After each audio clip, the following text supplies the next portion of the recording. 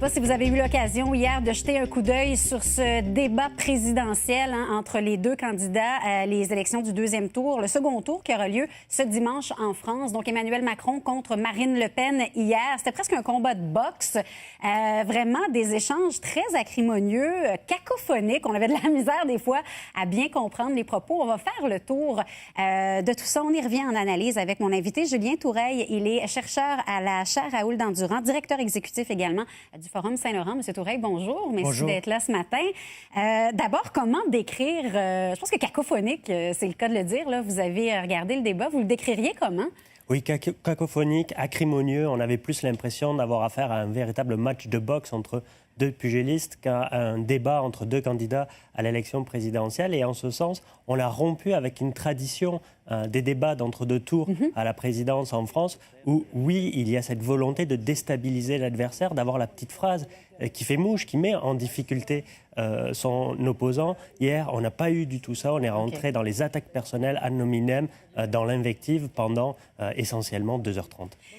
Si on débute justement avec la candidate d'extrême droite, plutôt Marine Le Pen, elle n'a pas semblé vraiment défendre ses idées. Elle a beaucoup plus attaqué, était dans l'attaque là, hier. Est-ce que ça lui sert? Non, et on a senti dès le début qu'elle avait opté pour cette ligne très agressive, finalement, offensive. Elle aurait pu avoir une ligne différente qu'elle a un petit peu abordée en présentant Emmanuel Macron comme l'héritier, finalement, du gouvernement sortant et du président très impopulaire, François Hollande. Mais elle n'a pas été capable de conjuguer cette tactique, à mon avis, qui aurait pu être efficace, avec une capacité à présenter un programme et à démontrer finalement qu'elle était apte et prête à gouverner. Elle est plutôt tombée dans la caricature au fur et à mesure qu'avançait le débat. Et à la fin de celui-ci, on a vu vraiment l'image de Marine Le Pen, chef du parti d'extrême droite Front National, plutôt qu'une présidente ou une aspirante à la présidence qui essayait de gommer les aspects les plus problématiques et les plus contestés finalement du Front National. Comment s'est débrouillé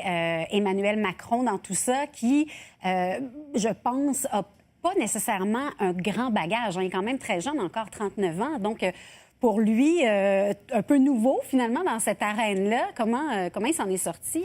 Alors, il avait beaucoup à perdre parce que c'est quand même le favori des sondages. En effet, c'est vrai qu'il n'a pas une grande expérience politique. On pouvait craindre qu'il soit un petit peu trop tendre pour cet exercice et surtout face à une personnalité comme Marine Le Pen. Il a été mis quand même en difficulté par ses attaques, mais il a très bien résisté, notamment en contre-attaquant lui aussi de façon très ferme. Il a eu un terme très fort à la fin du débat où il a qualifié Madame Le Pen de parasite du système, en plus de répéter à de nombreuses reprises qu'elle mentait, qu'elle professait des bêtises.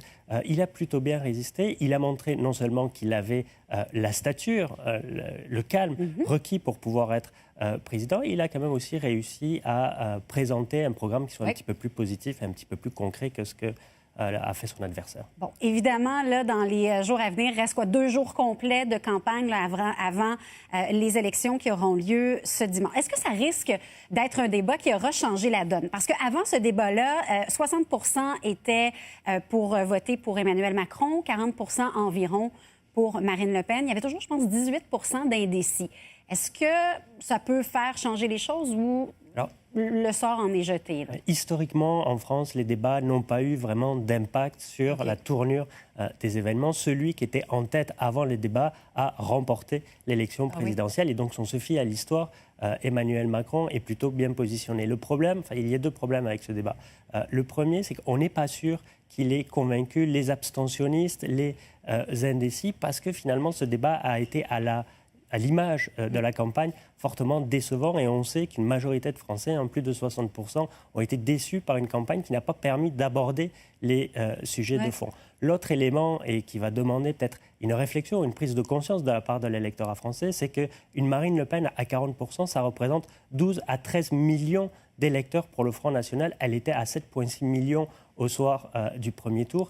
Et là, on crée une dynamique dont elle sera finalement, sur laquelle elle sera capitalisée, même si elle n'est pas élue à l'Élysée dimanche soir. Elle pourra, et le Front National pourra avec elle, se présenter comme le premier parti ou la première force d'opposition au détriment de la gauche, qu'elle soit insoumise, la France insoumise de Jean-Luc Mélenchon ou le Parti socialiste, mais également au détriment de la droite républicaine incarnée par le Parti Les Républicains.